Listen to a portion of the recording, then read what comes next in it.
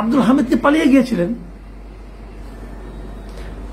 গিয়েছেন এটাই তো সবাই মেনে নিয়েছিল। তাহলে স্বরাষ্ট্র উপদেষ্টা কেন বলবেন যে যারা তাকে পালিয়ে যেতে সহায়তা করেছিল তাদেরকে শাস্তির আওতায় আনা হবে?